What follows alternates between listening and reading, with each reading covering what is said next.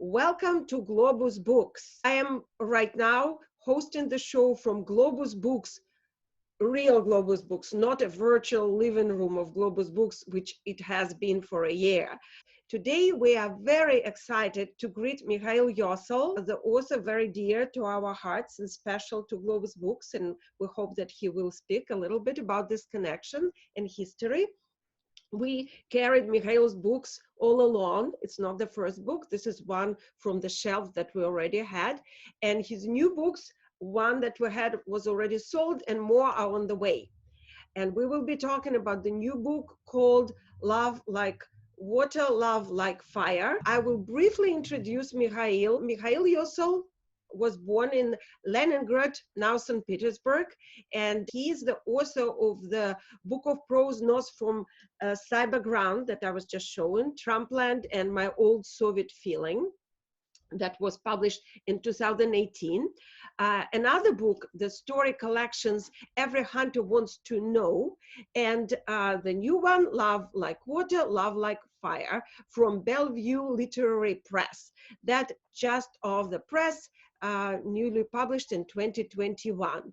He's also a co-editor of the anthologies Amerika, with a K, Russian Writers View the United States, and Rasskazy, New Fiction from a New Russia, from Tin House 2010. Mikhail is a professor of English and creative writing at Concordia University in Montreal, and the founding director of the Summer Literary Seminars International Program, which operated on 3 continents: Russia, Kenya, Lithuania, Georgia, Montreal, you name it. And actually someone from Kenya is supposed to join us today. Back in the former Soviet Union, Mikhail belonged to the organization of samizdat writers called Club 81 and published his prose and translations in a variety of journals. Among his awards are the Guggenheim, NEA, and Stegner Fellowships. His stories and other prose in English and in translation to several languages have appeared in New Yorker, Guernica, Literarian, Agni, North American Review, and many other excellent literary magazines and publications. So I'm really looking forward to it. Thank you for being with us, Mikhail. And let's start with your history with Globus. What is the special connection? And when was the first time that you encountered this magical store? Well, thank you, people, dear people on Facebook and on YouTube for coming. It's a pleasure. And yeah, indeed, my history with the Globus bookstores on Balboa Street in San Francisco goes way back to late 80s, early 90s, because I was friends then with then owner Veronika Arens-Pulavsky, and me and a close friend of mine, Sergei Artyshkov, helped her more than I did select books to order, and I worked there for a brief period of time, and I loved being there. And even on a couple of occasions when I had no place to stay, I slept there overnight several times. So, привет, Polina. So it's a great and very sentimentally charged place for me. I love it, and I'm very glad that it's now in Zarina's hands. It's a very special place, very firmly etched in my memory. So that's as far as Globus bookstore goes. Unfortunately, I haven't been in San Francisco in a couple of years, and very much looking forward to being back. And we are very much hoping to have you back soon in person in the store. And for those who are just joining us for the first time and haven't heard about Globus Books, I'll do just a very brief, more formal introduction, which I usually do in the beginning. So Globus is this store that has been serving San Francisco Russian-speaking community and the country for 50 years. This year we'll have 50th anniversary. Veronika is still working with us. She's a former owner. She's here on the weekends, so people who know her can come and visit and say hello. And we offer a wide variety of books of all things former Soviet Union, not just Russia. And we have expanded and added books in English, and we have several shelves now, the two shkafy, two big cupboards of books, and we are expanding and building up this collection as well. So we are offering books in many languages now, not just Russian. And my name is Irina Zabriskie. I'm a San Francisco writer. Like Mikhail, I was born in Leningrad, now St. Petersburg, and we actually have some other writers. We have Polina Barskova, who just joined us, who is another writer, American writer from St. Petersburg. And this will bring us to my first question today. I kind of had a lot of questions and I mixed and matched them. There are many interviews appearing now with Mikhail, and some of my questions were answered in an excellent interview with Jan Singleton in Writers Fiction magazine, Mikhail? Fiction Writers Review. Fiction Writers Review today. My first question would be about St. Petersburg and Leningrad theme in your book. In your stories, you call St. Petersburg, Leningrad, the most beautiful and the most terrible city. And really, it is one of the main characters in your books, in this book. And you are depicting not just the iconic downtown with all the palaces and squares that people usually see in coffee table books and calendars, but you go full force in the hell of the unsightly sleeping districts, like the underbelly, what you call the upper Kupchina, which we shared. We didn't know each other, but we lived a couple of streets away from each other. And your descriptions are vivid, they're cinematic. I could see it all again, the darkness, the feel, the sense. So my first question, do you see it in your mind when you write? Do you see it like in a dream? Do you see it in your dream? And how do you make this connection now, living so far away? How do you remember the streets, the buildings, apartments that you haven't seen for so long? Well, I remember it well, in no small part also because between 1998 and 2008, I would come back every summer for at least a month with a large literary program. And I would go back to the Prospect Kosmonautov, Cosmonauts Avenue, and basically satisfy my sense that nothing changed there at all. And to the place where I spent the first 8 years of my life, which is near Obvodny Canal and Baltitsky and Warshawski train stations and Fruzensky department store. In the roiling blue-collar heart of Dostoevsky and Petersburg. So I remember it well, but it kind of, precision is not important because what I remember the strongest, that is true, even if it's not necessarily exactly correct. So whatever is stronger in your memory is true, and whatever is not does matter. So that's the kind of thing that's part of my belief in terms of writing, that the truer recollection must be the strongest, even if it's not necessarily comports fully with the actual state of things. So yeah, it's quite the city. It's highly artificial and probably the most literary city in the world, not because of the number of writers who lived there or were born there or passed through it, but simply because it's a literary project. It was basically born in the head of a slightly crazed czar who essentially was able to relate this blueprint in his head onto the actual space that is totally not usable for normal human life. And it's a strange artificial place, sort of like a mythology unto its own, and in a way, it probably was a kind of the city that Peter the Great built in order to shame Russian people into Europeanness. Like, see the city, you're not worthy of it.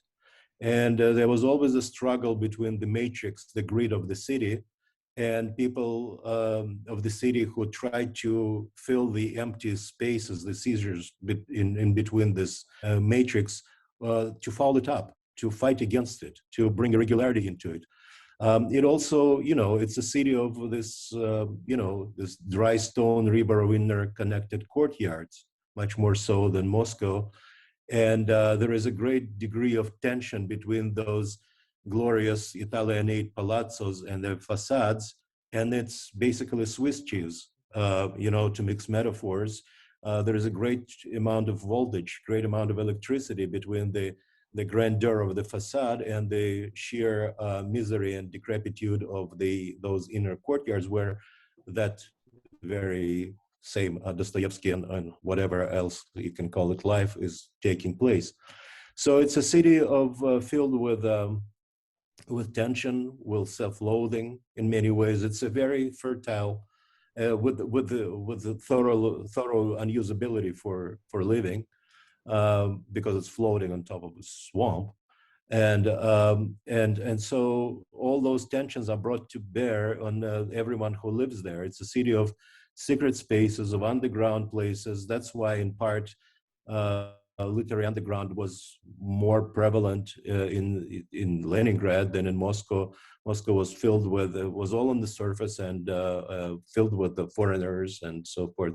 St. Petersburg is a dark city, city of dark spaces, or at least that's how it exists in the memory of my young years, and that's how I spent my young years. The basements and the boiler rooms and say security guard cabins and in darkness. It seems like this darkness is overwhelming in that city. It lasts for so long, so even when it's dark time, it just almost doesn't count. Everything is somehow suppressed by this relentless darkness. So that's how I remember it. That is, and that's of course, it's an important character in every one of my stories, because I try to saturate my stories with as much concreteness as possible to make the process of writing interesting for myself. So whatever I can bring to whatever. Essentially, I'm constantly looking for something to excite me in the process of writing, and thoroughly stay away from something that needs to be there for logistical purposes or any other purposes that may be important from literary standpoint, but do not necessarily exist, as hot points of memory close to the surface of my mind. So, and I have the luxury of not having to, to do anything other than what I want to do. So, and that's what I do. That really brings St. Petersburg, or rather Leningrad, to life in your story. And my next question is connected to everything you just said, actually. And one of the symbols of St. Petersburg and the visuals that exist in many people's minds when you speak or think about St. Petersburg or Leningrad is the Bronze Horseman. And that's one of the themes in your book. And I find the title, which I don't have to show right now, but many people saw it on the Facebook cover event. It's a monument, this time of Lenin, out of proportion, and a small person running away from it. Thank you so much, Carla. Yeah, running away from it with a little shadow. And it's very the Bronze Horseman in a Pushkin sense theme. And for those who are not familiar, there's a famous Pushkin's poem under the same name, The Bronze Horseman, in which the despot, Peter the Great, or any despot actually is stomping and basically killing the little man. And it feels like this is the theme of not just your book, it's the theme of the whole Russian literature. And that brings me to power and writing in Russia. And I would like to hear you speak about it. Last week I was listening to a talk all dedicated to the relationship between power and writing in Russia. And the speaker was talking about this codependent relationship between most Russian writers writing obsessively about or for power.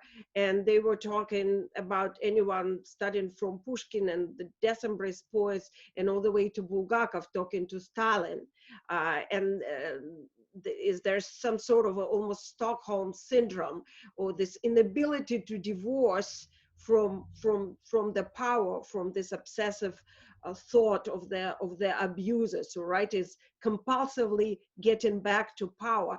And you are writing, I wouldn't say compulsively, but almost all of the 20 stories bring in the power in some way. One of the story, for instance, describes the underground poetic club that is curated by the KGB, which is absurd for anybody else who wasn't there at the time. So can you speak a little bit about this relationship in your writing? Sure. Well, of the 20 pieces, only one is set in the time when powers that be could actually kill you. And that's the novella, and that's Love Like Water, Love Like Fire. It's a reimagination of one night, or like 5 minutes or 3 minutes during one night in 1939 in the life of people who are not unlike my grandparents on my maternal side. So, but I belong to a generation, unlike my parents and grandparents, and who were no longer afraid of being necessarily, sent to Gulag or arrested. You had to work for it.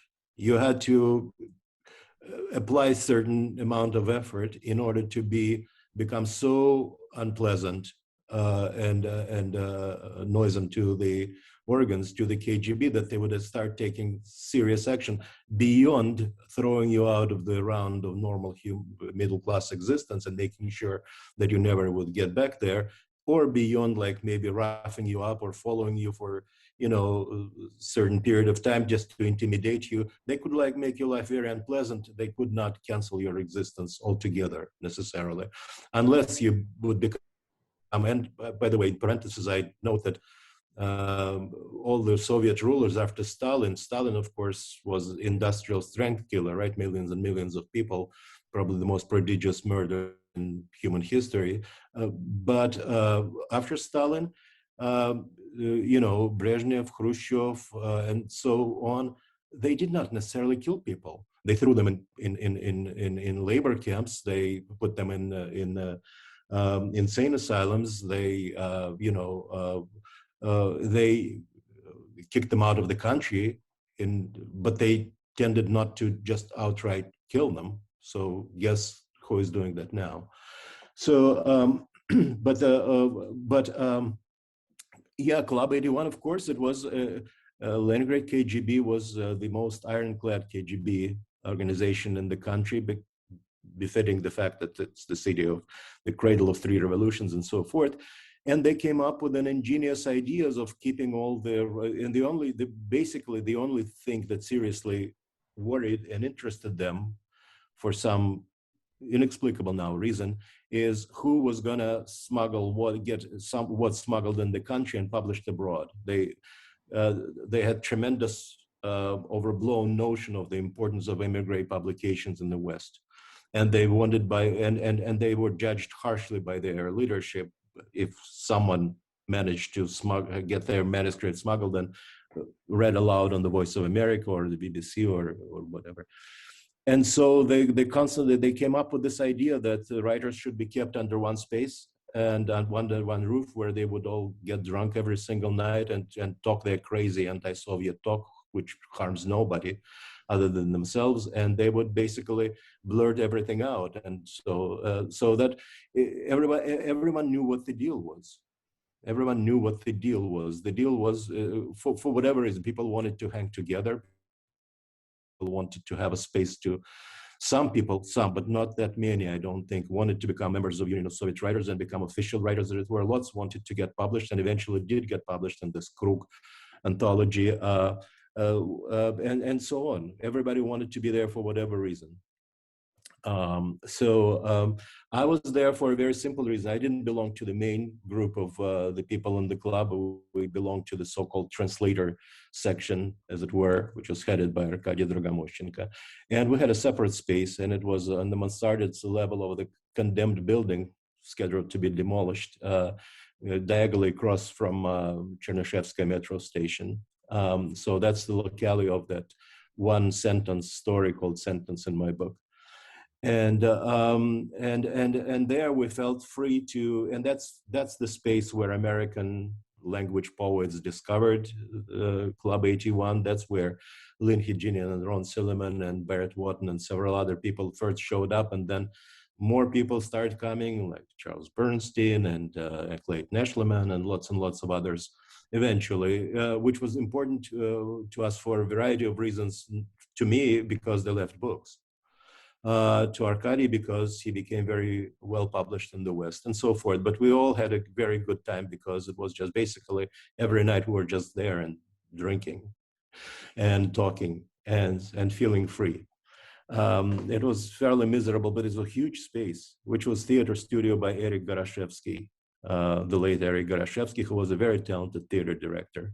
That officially was his space, but I'm just... So that's, it was a fairly lively time. It was a fairly lively time. But relation to the power, well, it's like this old emigre guy, writer in Brooklyn once told me so many years ago, when we all arrived with at that time, we didn't know that, those emigre public publishing houses were essentially in the basements of the authors themselves, and that we just assumed that if you're publishing books, that must accrue some benefit from it, that must lead to, there is a version of Union of Writers in America, and then you will be getting paid or whatever. And so the old writer told me that back home, at least the organs would be reading me. So meaning like there was it was assumed that there was a person, and there was a person on Kalaeva 4, the KGB headquarters or wherever he was, that was reading everything, not just with an eye towards getting you in trouble, with an eye towards and so you couldn't be like openly political or sloganeering there, and that's not good for your writing anyways. But you couldn't be too cute and too smart and try to camouflage your message by becoming too circuitous and going around him, because you say, oh, you think you're so freaking smart, right? You think I won't get what you're trying to do here. So, well, it's called self-censorship, and that's very important element of every writer's, just trying to gauge what you should and should not be saying for your own benefit, not because it may get you in trouble, but because it's not good writing. So, so that's how it was. But, like I said, I try to be specific and concrete. So I work with symbols, just a symbol of the city. It's not the real Leningrad or Petersburg. It's how it exists in my memory. So there are block images of the powers, the KGB, those ridiculous curators from the KGB at Club 81, those Andreevs and Lunins, and with their pseudonyms and with their, and so, but I just put them up as blocks of memory somehow. They exist in every story, and I like continuity in stories. So I like to drag images from one story to the next, always. And if I can, I will also somehow try to tie certain events in story to some larger historic events, if I can, because that would provide for another layer of interest in the process of writing for me. So, so no, there was no Stockholm syndrome, because not much. They tried, of course, to provide for circumstances for Stockholm syndrome. They tried to exert any amount of pressure on any given, they try to see or you're trying to leave the country and you're refusing, well, guess what? You will never leave the country unless you tell them who's going to do what and so forth. Or you think you're going to get published with our assistance. Well, forget about it and so forth. But that was kind of routine, and everybody knew that this moment, that how to avoid, there was a story how I personally avoided. I told them that I could not have a drop of alcohol in my body and I couldn't keep a secret. And they were very unhappy with that, basically. But that was how it was. Yes, that was very smart. It's interesting how, in a way, there's a repeating theme in our shows here in Globus, because we did a show on underground rock in the Soviet Union, and it was an interview with Joanna Stingray, who was the American muse of Russian rock. And we talked about the rock club that was also curated by the KGB at the time. And while the writers were probably older and smarter and knew what was going on, as a person who attended the rock club concerts as a teenager, I can assure you that I had no clue. I didn't know that they actually were curated by the KGB. And we were not that clueless. We knew about a lot of other things. But to make that connection, I guess it was the whole other level of cynicism that in a 15, 16-year-old had. It's just not happening. So that is kind of giving you the bigger picture of the whole underground world, which you have mentioned is such a culture in St. Petersburg. We also did a show with artist Alexander Florensky, who was a part of a group Mitki, and there is this infamous book there, Maxime Fedor. There's this underground podpolshiki, the underground movement that appears from time to time absurdly and marching through the streets, in the basement, underneath somebody's mattress. There's this underground current. And that's probably why we have some sort of a split vision that I see in a lot of Leningradian writers that is not typical for other writers or people from other regions of the world. And that's fascinating too.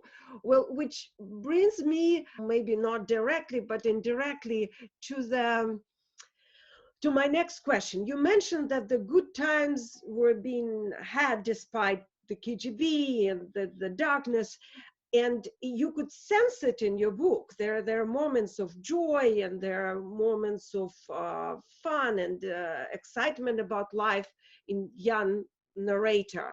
Yet I couldn't help but noticing that there's very little, if any, mention of romantic love in the book, despite the title. The title is Love Like Water, Love Like Fire. Yet if you look at it, there's certainly a love for the country, for the city, for the place. There's a lot of family love, and looking back into the histories of romantic love, maybe between the grandparents or parents.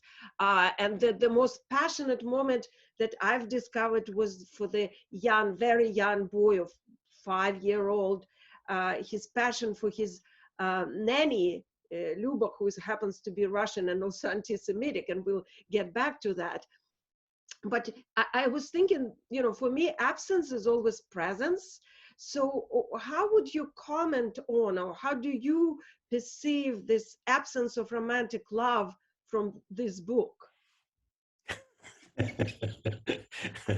The title is a quote from the Hasidic masters, that there is love like water and then there is love like fire, and there are two kinds of love in that novella, right? The grandfather's love for Stalin and his love for his wife, and those are two different kinds of love, and mutually annihilating if they come into direct contact with each other. And that's one of the important themes in that novella, right? So, but otherwise, I don't know how to answer that question. I guess the stories are not about romantic love. It's about just in my first collection of stories, there were several stories about love, and Every Hunter Wants to Know. There were a couple stories about love there, teenage love, But in the stories, in part maybe because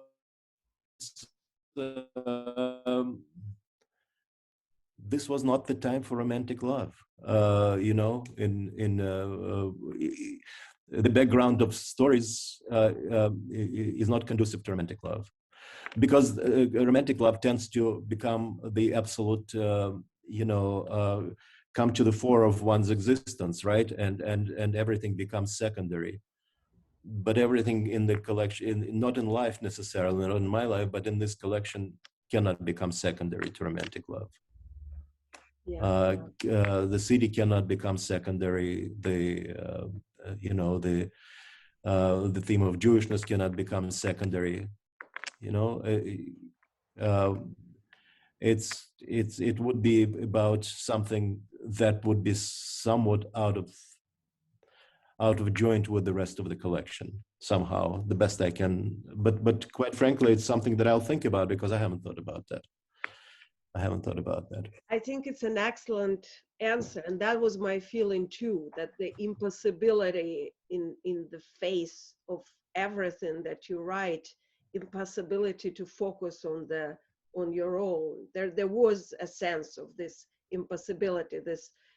impossibility to connect truly, and in a certain way alienation that I remember too. And that brings me to the next question. And for our audience, I just want to thank everyone again, because people keep coming. There's a lot of people watching us on YouTube. There are two more questions that I have for Mikhail, and then we will be opening it for your questions. I felt like there were many levels of alienation in the book, on the political, individual, and one of them, an especially poignant one, is the episode that I mentioned, that the little boy, narrator as a little boy, is passionately in love with his nanny, Luba, who is a religious Russian Orthodox, and she loves the boy dearly, but she would never miss an opportunity to mention that the family is Jewish, that he's Jewish, or even use offensive words. And that really resonated, because I guess many of us grew up in similar circumstances. I grew up in a Russian Jewish family in St. Petersburg. We had a live-in nanny who was a Russian Orthodox, illiterate, and she would kill for us. She raised 2 generations, but she would always tell us, Jews are not good people. I love you and you guys are okay, but your grandparents already, and everybody else. And about a couple of years ago, I helped to edit a collection of memoirs of about 100 people who put together their records, their memories of finding out being Jewish in Russia. And that was striking. That was really heartbreaking in a real sense of the word, not the one that the KGB officers use in your book, Mikhail, because as in one of your stories, parents chose to present it to a young child of 11, and that brings on the whole very dark and very painful episode, the child cutting himself to see if his blood is actual real blood, and if he is the monster that he perceives Jews to be. And I think from editing this collection of memoirs and from my own memory, we all dealt with that at some point. We all, meaning Jewish people growing up in Russia, where you come of knowledge that you are not like everybody else, and that definitely alienates you like nothing else. And there's a lot of these mentions, and there's a lot of these painful encounters in the book. And there's always this sense of dangerous coexistence, which in turn brings to memory the scene from The Fiddler on the Roof, based on Shalom Aleicham's story, where the Jews are celebrating the engagement, and then Cossacks jump in, and the wild dancing starts. And the way people look at each other is just, again, painful and heartbreaking, because one party is scared and the other one could do anything, basically. So this sense of danger, the sense of being foreign in your own city, is very strong in the book. So would you speak a little bit about this aspect of the book? Yeah, and especially, well, I would say that that would especially pertain to childhood and early youth, because after a certain point, you know, my close friends were Russian. We weren't even thinking about it. The seminal moment comes at 16 when you are issued an internal Soviet passport, as you know, right? And everyone who former Soviet citizen knows the Soviet passport and the fifth line, which states your ethnicity, or as they say, nationality, and it says Jew there, and that somehow immediately starts having implications for the rest of your life, because the rest of your life starts just then. You have to go to college, and that and then you get work and so forth, and that would have very direct implications, negative implications for your future.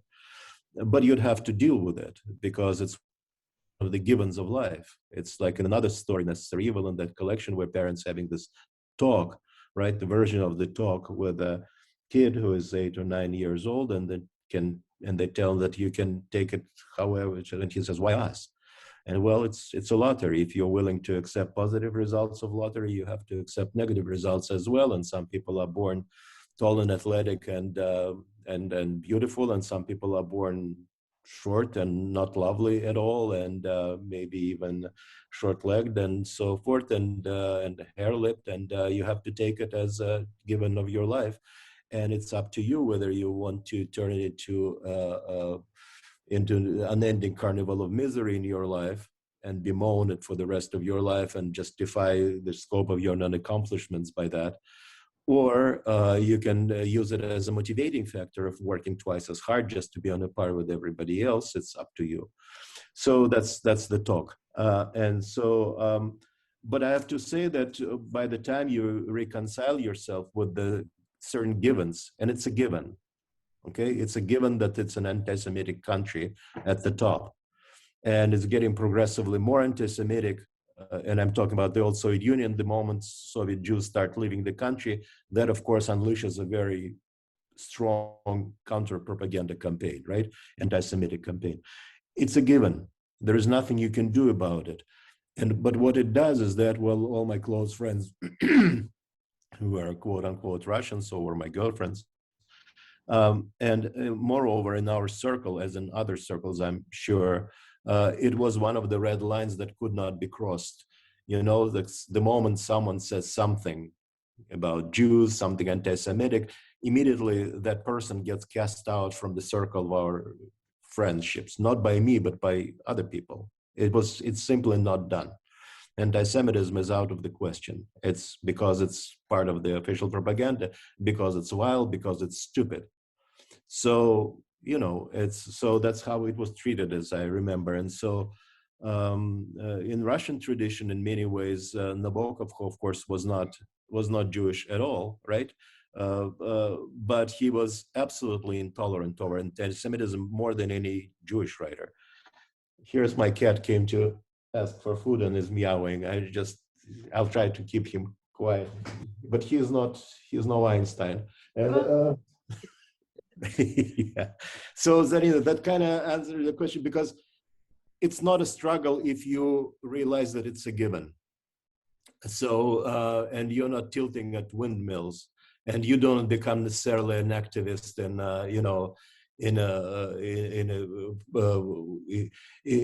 a study Hebrew circles, which is against the law, right? And so I admired people. I had lots of friends who were very much immersed in that struggle, which had very direct consequences in terms of legal implications, right? One could get herself in major trouble for studying Hebrew, for studying, Judaism and so forth.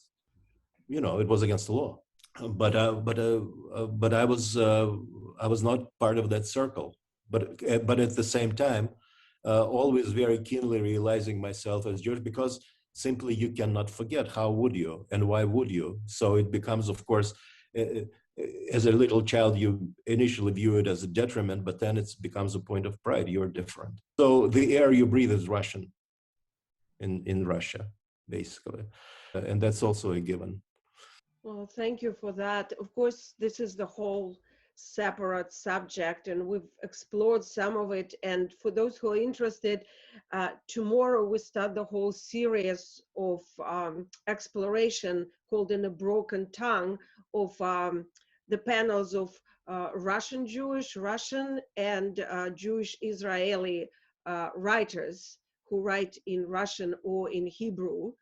Like you said, when you grew up with a reminder constantly that your country is not your country and you are not what you think you are, that opens the whole can of, I don't know what kind of animals, but it's probably wonderful for writers because we want to explore the complexities. So here you go. And I will go with my last question. What is literature to you? I know it's a broad question, but what is the definition to literature? Does it have purpose? Do the books we write or the book you've written, is it meant to educate people emotionally, intellectually? Is there any purpose to writing and publishing this book?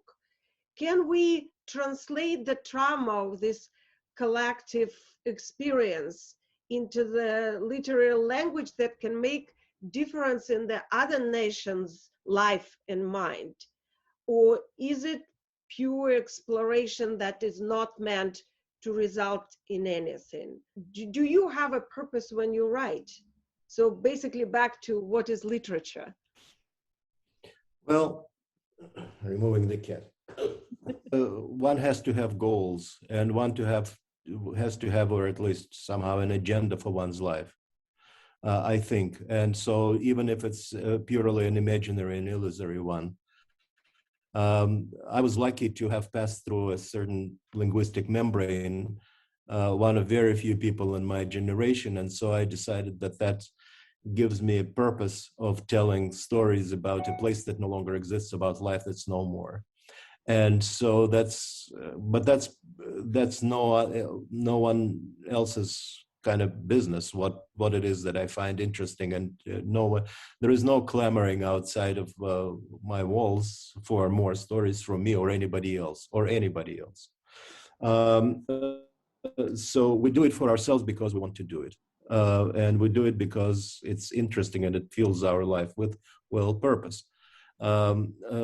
As for, and I don't translate, just preempting question, I don't translate anything in my head because the two languages in my mind are incompatible.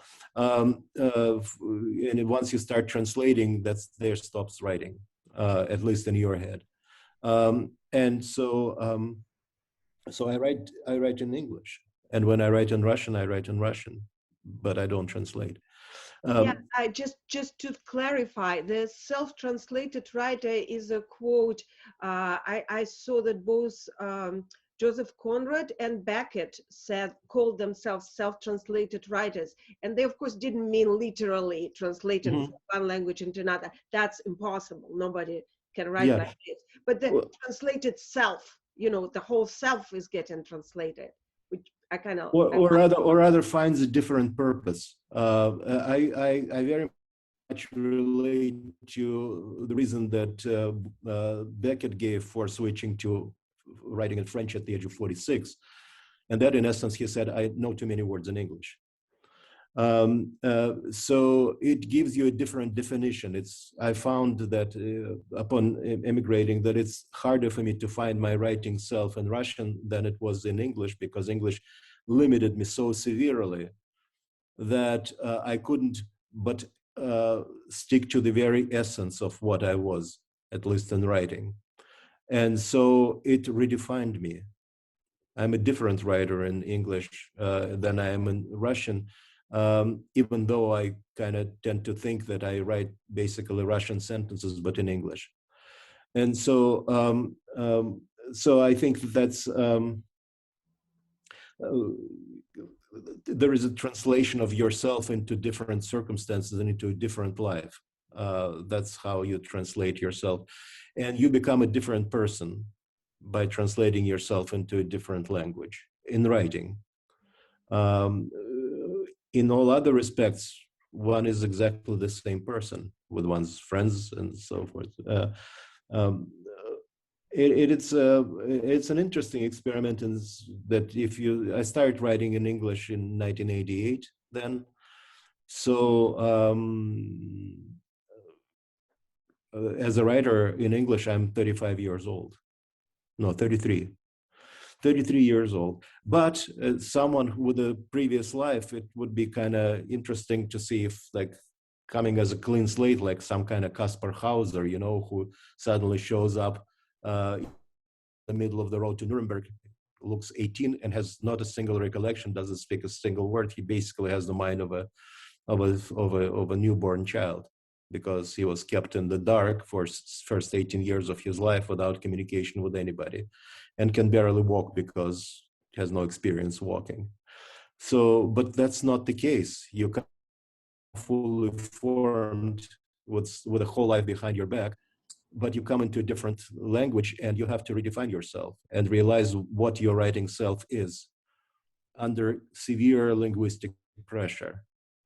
Because Russian doesn't exert linguistic pressure upon you, especially in moments of sadness or nostalgia and so forth. Russian is only too happy to be complicit with you in helping you dig deeper in your self-misery and wallowing in self-pity and so forth. It's a very good language for that, I found. So originally there was no necessarily clear intention to write in English.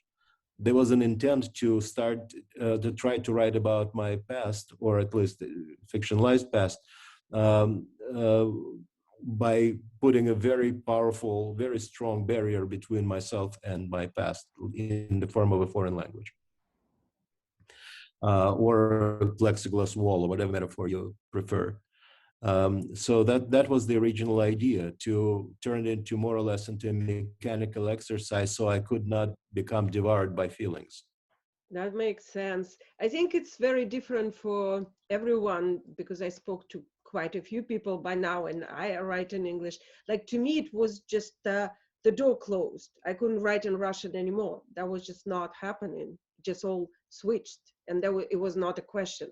It didn't matter how bad I wrote in English. I had to learn from scratch because the other language just simply wasn't available. And it's like, as many writers there are as the many answers there are. And I know this Lala Mamedov was asking this question. I'm interested in the writers called exophonic writers. You're one of them. It's the writes and which other than native. And I was particularly struck by, actually started with Conrad, how incredibly beautiful his words are. It's a very dark story that is telling, but the words are just exquisite. And it was just this joy of reading this words, while things that he was describing in Heart of Darkness, for example, are terrible. And the same with Nabokov. The language just sings. I have moved here about 30 years ago, and people are commenting on how good writing is, not literary, but academic or business. So the question is, how do you experience language? Some thoughts why the exophonic writers have a particular beauty in the language. I wanted to get your perspective. I was very gratified by a review by Ilya Kaminsky's review in New York Times, where he was the first, to the best of my knowledge, to note the rhythm of sentences and the pacing of my stories. And that's the most important part to me, as a matter of fact. I'm always driven by rhythm. The way they existed, that's the hidden agenda from the reader, the rhythm and the pacing. So I very much relate to the beauty. I don't know if it's beauty of language, but it's a poetic quality of language. You have to find something to propel your writing, and that's it for me. How I experience language, I'm not sure. I just write in it, but I don't, and I interact in it. And those are two very different processes, writing and interacting with people in it. I'm not bilingual by any measure. I came to the United States at the age of 30, and long past the time when this window of bilinguality closes. That usually stays open until 16, 17 years of age, when a person becomes fully, well, in the United States, Americanized. There is a brilliant book, one of the greatest books of the 20th century, that is specifically on the subject how language brings new generations of Americans into Americans, and parents stay behind as their children float away into Americanness, stay behind in Yiddish, in Russian, in Polish. And that book takes place in early 20th century. It's Henry Roth's Call It Sleep. It's all about language. I never intended to be bilingual, but I managed to make my adjustments with the English and writing. And rhythm is one of those adjustments. And I work within my limitations. And I find those limitations rating because they help me understand what my writing self is, more so than in Russian, because Russian is an ocean. It's not limited enough. It offers, or to mix metaphors, the air that I breathe. It's unlimited. It offers very little resistance. And English offers all the resistance I need. So I don't know to what extent it answers your question, but that's the best I can do, I guess. That's actually the last sentence was like a light bulb moment for me, because it's the effort you have to put into writing, and that makes it so much more mindful than if you don't have that barrier. My original theory was that people who write in English well enough, they have this experience of the language as completely fresh and new thing. So they get the nuances and the context that people who are used to speak language from, from childhood, that's different. They're like for granted, we don't. The challenge for me is not to write English correctly. The challenge for all non-native speakers and writers is to be incorrect in a correct way. So I can be, my vocabulary probably is larger than many Americans, and I probably write better than most Americans, but to put it very non-modestly, but I wouldn't be able to, let me put it this way in a very simplistic terms. If I were to find myself, let's say, somewhere in rural Alabama or Mississippi with one of those Faulknerian characters sitting out in the porch and drinking, like, I don't know, lemonade or something stronger there, and that person who speaks incorrect English, the Faulknerian English, right, within 1 minute or less, would know that I was not born in the United States, that English is not my native language. But by the same token, if I were to find myself deep in somewhere, in the Siberian village, if I were to find myself there and start talking to an equivalent old dude drinking vodka, let's say, somewhere on the porch in Siberia, he would know that I'm a native Russian speaker. It's just that my Russian is very different from his. It's not, original. It's not Siberian. I speak more correct English. I speak the Petersburg Russian, but there would be no doubt in his mind that I'm a native Russian speaker. So there are limitations to the extent to which you can pretend to be like a native speaker of English. I'm not one. We're joined by great Kenyan writer and close friend of mine, Tony Mochama. Hello, Tony. That's terrific. Hello, Tony. Welcome. Yes. To the show. Yeah, it's wonderful to be here. Yeah, it's very early. It's 2 in the morning. It's very interesting how Misha is able to sort of distill sometimes very, not sad, but it makes you feel. It gives you a certain tender feeling, but also like a longing, as if you have lived part of his past. And these stories that is able to put you in totally another world, very, very far removed from, for example, from Kenya. So it may sound naive to ask this, but how do you manage to do this with memory, that you are able to distill it in such a way, and always in the very, you find yourself laughing, even in the middle of, you know, some stories that are, yeah. How do you do that? That strange humor. Is it a Russian Jewish thing? Yeah. No, Tony, it's a Kisi thing. It's a Kikuyu thing. Well, I kind of partially already, I guess, answered. Thank you for saying this. But it's all quite simple. I just need the process of writing constantly be interesting to me in every sentence. And humor helps, and being concrete helps, and being detailed helps, and being able to amuse myself and entertain myself, but also being open about being sad and so forth. So it's just, I guess it's the process of existing in the process of writing, and it's easier to be open with myself in the process of writing than in normal interactions with people, which is, you know, it's two different people generally, almost always the person who writes and the person who exists outside of their writing. You know that well also. So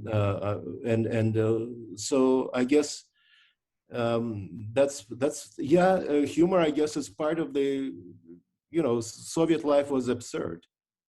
It was if you think about it objectively, it was absurd. I can't think of no other word. And so you treat it as such. And sometimes at certain points, even while you're living in the middle of it, you think, this is strange, or this is bizarre, or this is idiotic, right? And then you just, it's just, then you become an observer. And I think, as I am also an observer of my own past and the place that no longer exists, but also while you are there, even as a young person, sometimes you sort of like separate yourself from yourself. You stand aside and you think, this is strange, or this is bizarre. Or rather, it was because it was so strange all the time. It was, you get used to it, but at certain moments, and just you become like an observer of your own life. Like in some dreams, in some lucid dreams, right? You realize that you're dreaming, but you cannot get away from that dream. But you know that you're dreaming, and you think that, you know, in the process of dream, you could actually manipulate certain parameters of your dream, right? So to make it more palatable, easier and better. And so in your real life, you also try to just somehow to find a more comfortable space for yourself in that strange, bizarre life. Yeah. But there is nothing strange about life in Kenya at all. So, I don't know how you will relate to that. So yes, but a lot of people do tend then to become very individuals who've conformed, and or a very, when there's like uniform ideology. So, for example, in Kenya, even if things are strange, there's always some or always was. Well, not always, but there's a comparative sort of, with all the information, and of course it's a different time, but to live in a time of uniform information with a state machinery that's, you know, as uniform propaganda about, you know, what a fantastic life you're having, for example, as compared to, you know, literally anyone outside of the Soviet bloc. How does one develop this sensibility? And did you always want to escape? How did you know that there's, if not better, that you've got a multitude of perhaps choices, but that you have to get away to a different life? But yeah, I understand the question. It's a very good question. First off, my generation already belonged to one that lived in a fairly porous society. It was not completely sealed off from the rest of the world as my parents, and much less than grandparents. We did have access to, yes, they were jamming the frequencies of foreign radio stations, but periodically you could get information from that on the portable radio. My parents are constantly trying to listen to that. Yes, there was no Western music, but there was constant influx of stuff from abroad, books, published in Russian. It was banned, it was forbidden, but they managed to find their way into the country, and then would find their way to friends of mine and me in the form of retyped manuscripts that usually are in your possession for a night, and then you read them and you know it's dangerous, but you do. And so you generally, soon enough, at some point, you realize that you're in a society that's governed by total lie, and then you just simply replace all the pluses in official propaganda or official information with minuses, and that's how you operate.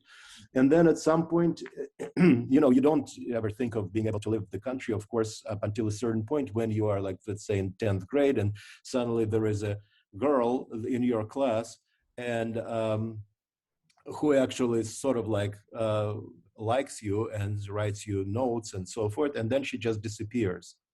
She disappears and nobody sees her, and teachers wouldn't say what happened to her. And then somehow my mother, I overhear a conversation with her father. She knows that girl's father, and guess what? They immigrated to Israel. And it's very, very early, and you're completely blown away by this information. You didn't know it was possible, but then it develops that it is actually possible for one category of people, Soviet people, Jews, to be able to emigrate to Israel, which you know, is broadly, not everybody goes to Israel. Majority of people actually, at first people go to Israel, but the subsequent waves of immigration go to United States and Canada and so forth. So, and before too long, every Soviet Jew basically starts getting some kind of package from Israel with also fake invitation from non-existent relatives. You know, aunt, uncle, you never knew you had there. It's a tiny country, but it turns out that every Soviet Jew has relatives there. So, and with that you go and it becomes real. And of course, the rest of the Soviet population kind of hate you for it. And official Soviet propaganda, of course, hates Jews for that. But it becomes a reality. So it's the only category of Soviet people, with the exception of ethnic Germans who can reunite with Germans. But that was a fairly small group of population. Jews, after all, they were like over 2 million people in the Soviet Union at that time. So you become animated by that idea because you can, but then your father tells you that you never will be able to, because he'd been privy to very, you know, top secret. He is a constructor of certain submarine defenses in the Soviet Union, and the degree of his clearance is such that anybody who comes close within him with 50 meters immediately becomes radiated by the same degree of clearance.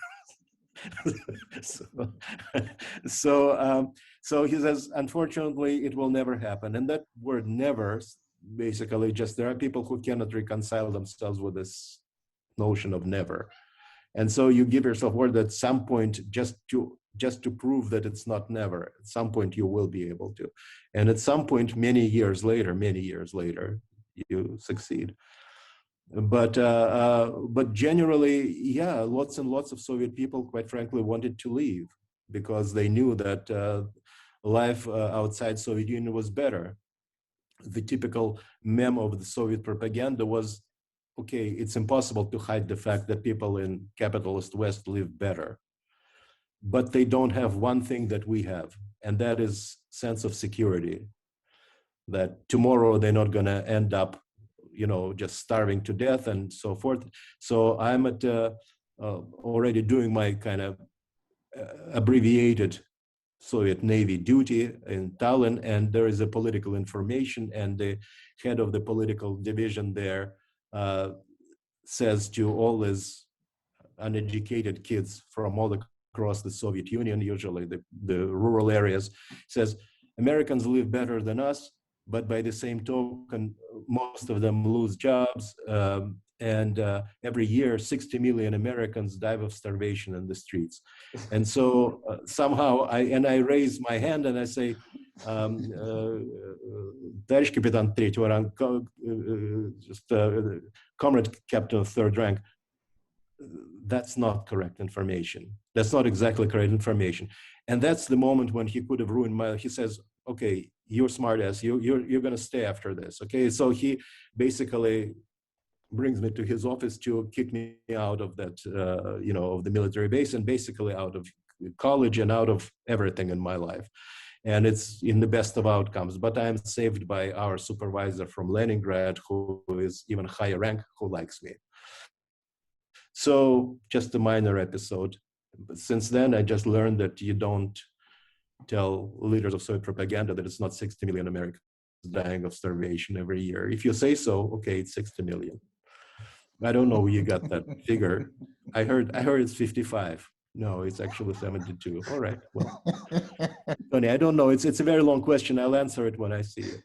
Thank you for your questions, Tony. I came not from Moscow or St. Petersburg. I came from Tashkent, and situation with anti-Semitism in Tashkent was quite different. That unless you are not Uzbek, you are everybody else. And so my encounter with anti-Semitism was very limited to not to the systematic anti-Semitism which Soviet Union had as a state, but from separate people, like you can encounter it anywhere else. Mm-hmm. But I did not realize the full extent of what is going on until I was at the age to go into college. And I was a pretty good student. I went to the school for gifted to talented children, and I wanted to go to college in Moscow. I wanted to go to Moscow University, and I thought that I had all credentials to this. And this is the first time when my parents explained to me that there is no way I can do this. And it was quite shocking to get to know about the situation at the age when you're basically adult. And but it kind of opened my eyes to a lot of things.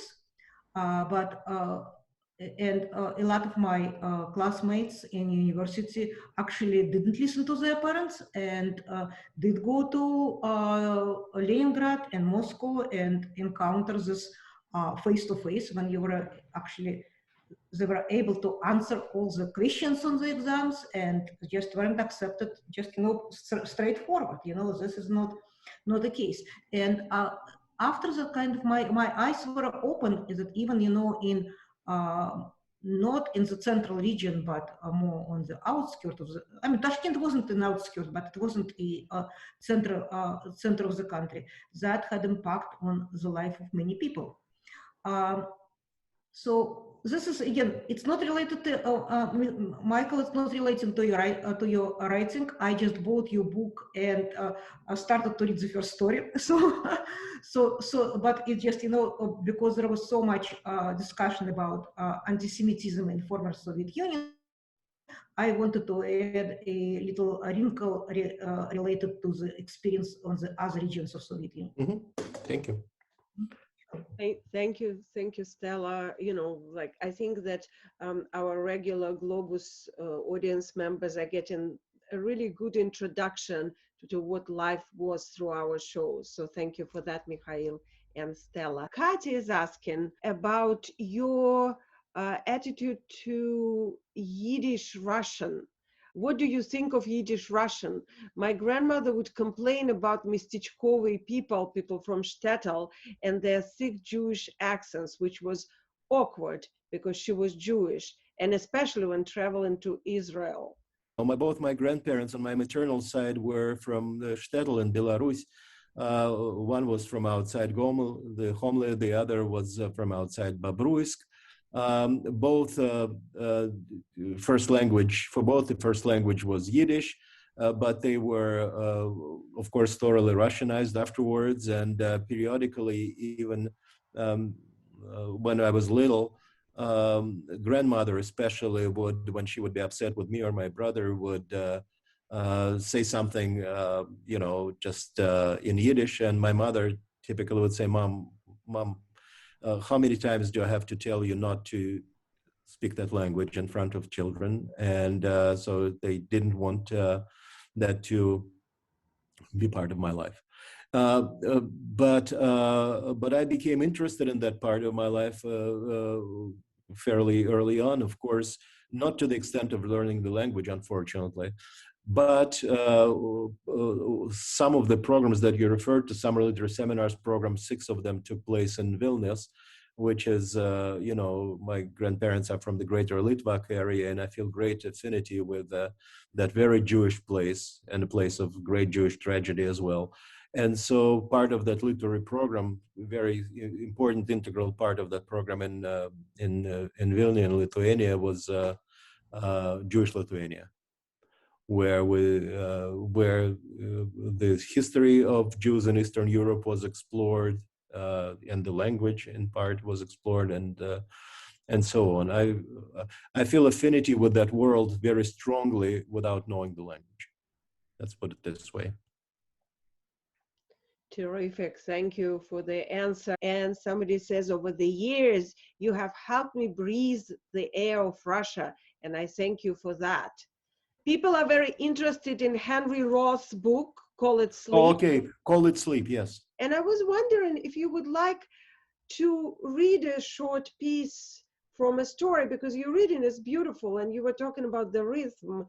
Ilya Kaminsky is writing about it in his review in the New York Times, and the way you read really brings this rhythm to life. So it would be lovely for everyone to hear a little bit, if you feel so. Okay, I'll read something rhythmical. Thank you. So since we talked about this underground literary club, I'll read a story called Sentence, which is just one sentence, describing one night in that literary club. So it's really a long sentence, but it's 1,200 words, but it's a short story. So consisting of one sentence that is dedicated to the memory of my good friend and older friend and mentor, Arkady, the late great Russian poet, Arkady Dragomoshenko. So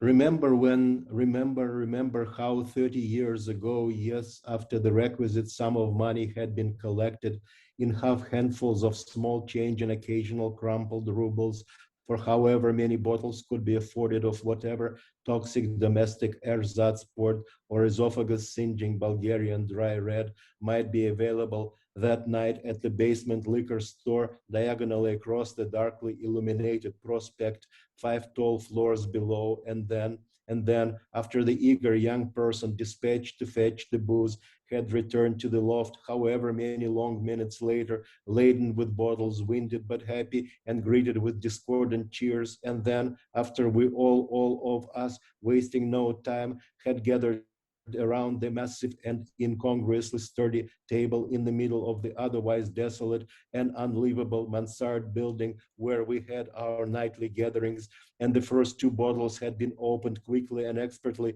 and without the use of a corkscrew, and their fetid contents had been poured out into the dense assemblage of thick-faceted railroad tea glasses and dainty mayonnaise jars and cheap china teacups with chipped edges amid the flowering of dentally challenged Leningrad smiles and the animated rubbing of hands, whereupon all of us would claim for ourselves one of those mongrel drinking vessels and take our seats on the motley assortment of rickety throwaway chairs and milk crates around that inexplicably elephantine table in the middle of the empty, dusty, decrepit loft space, and then, as if on cue, pause for a few beats, fall silent for a protracted instant or two, lifting our heads or turning or half turning to face the dark window all at once for no clear reason, strictly because of some unspoken and almost unpremeditated ritual, putting ourselves wholly into that moment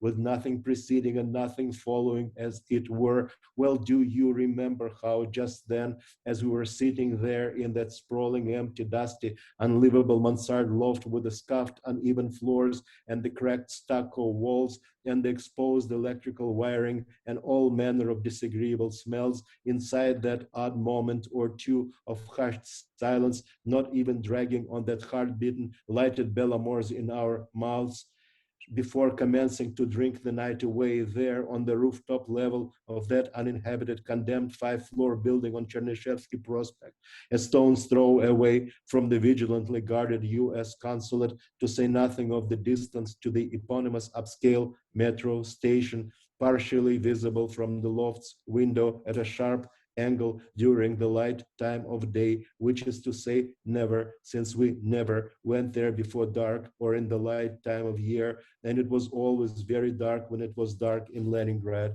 Back then, yes, how we, small gathering of momentarily silent, semi-underground young people seated around a massive rectangular table in the middle of a sprawling, empty, dusty loft up at the top of a condemned and otherwise unpeopled Dostoevskian building in the stark yellow light from a couple of bare light bulbs suspended from the concave cracked ceiling on twisted lengths of black cord. Yes, how we all of us, momentarily silent and not even dragging on the lighted bellamores in our mouths, peering intently out of the dusty and forever winterized, yet still drafty, cracked old window and into the immense pitch dark outside, the unconquerable boreal Leningrad wintry darkness, made darker still by the tiny yellow dots of thousands of windows in apartment buildings near and far, just a small gathering of 10 or 20 of us,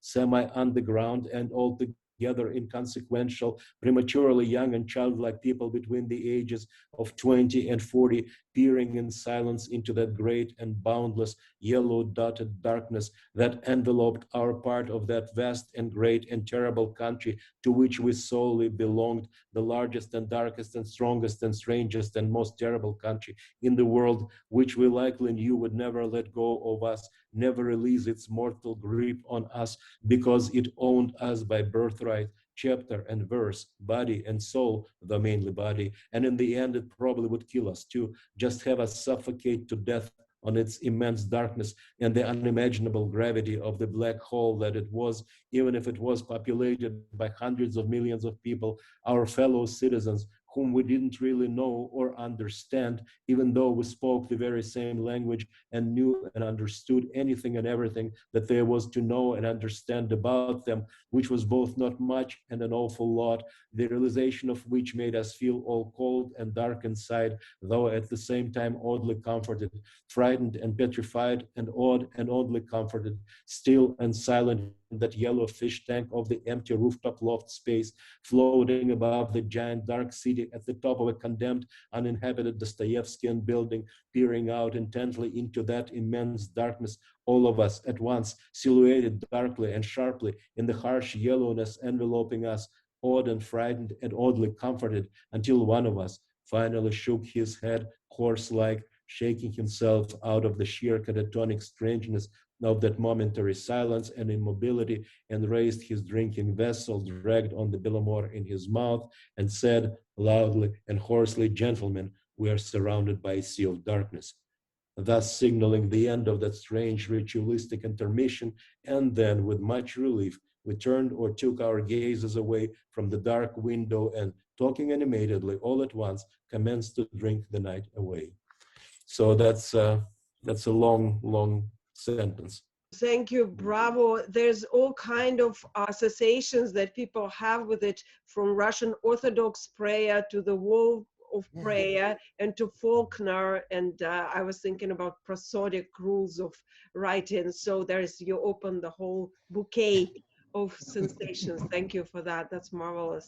I just want to follow up on something that Tony said. When I encounter a work of art like this that is from a culture so unknown to me, what surprises me is how familiar it is to me, not how different, that it goes to a different place.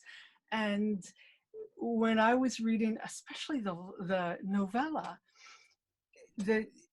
I will never know about peering from behind a curtain or seeing something like that, but I understand the weight of knowledge that you cannot share, with a loved one. So the wisdom of these stories, while the setting is in Leningrad, the action is in the heart and mind of the narrator, and that's what makes it all work. for me. Thank you very much. So Yeah, I beautiful. appreciate it. It was so If beautiful there is that- if there is one realization that an emigre from the Soviet Union, at least this emigre from the Soviet Union, discovered in the United States and basically built one's life around, is that there is a much greater degree of commonality between people than there is than there are the parts of life that separate them. People essentially, regardless of the place and the ideology they were brought up in, and the language they speak, yeah, they're different, but deep down they're all the same. Yeah.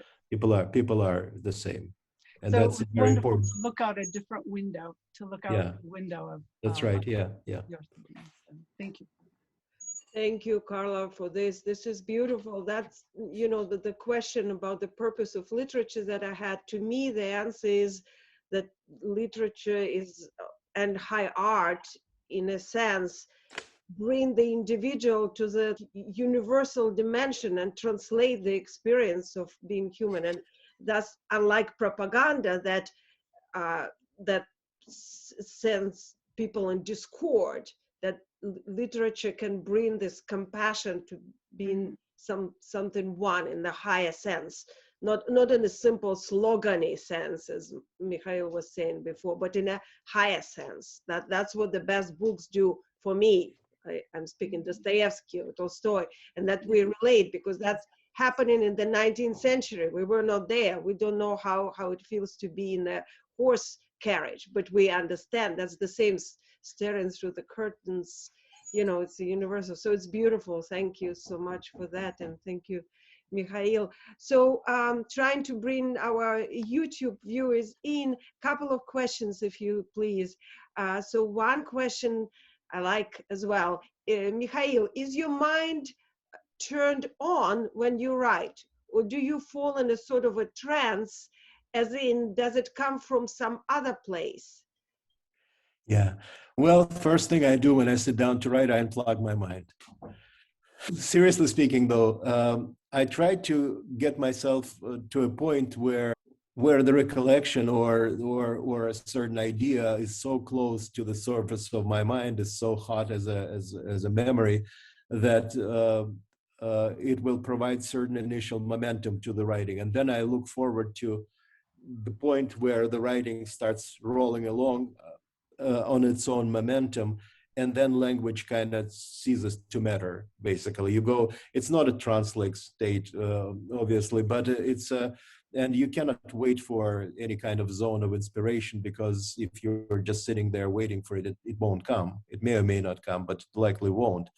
But basically, you have to give yourself initially several strong pushes with the opening sentences and paragraphs to get going, to sense that this is what you're doing and it's interesting to you first and foremost. You have to be interesting to yourself.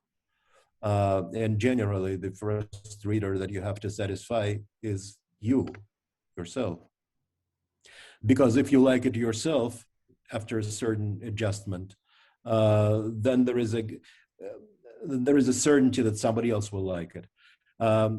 And if you're excited about the process of writing, then it's a certainty that somebody else will appreciate it, because even if they don't necessarily like the topic or the quality of writing, but the energy is contagious and it's transferable.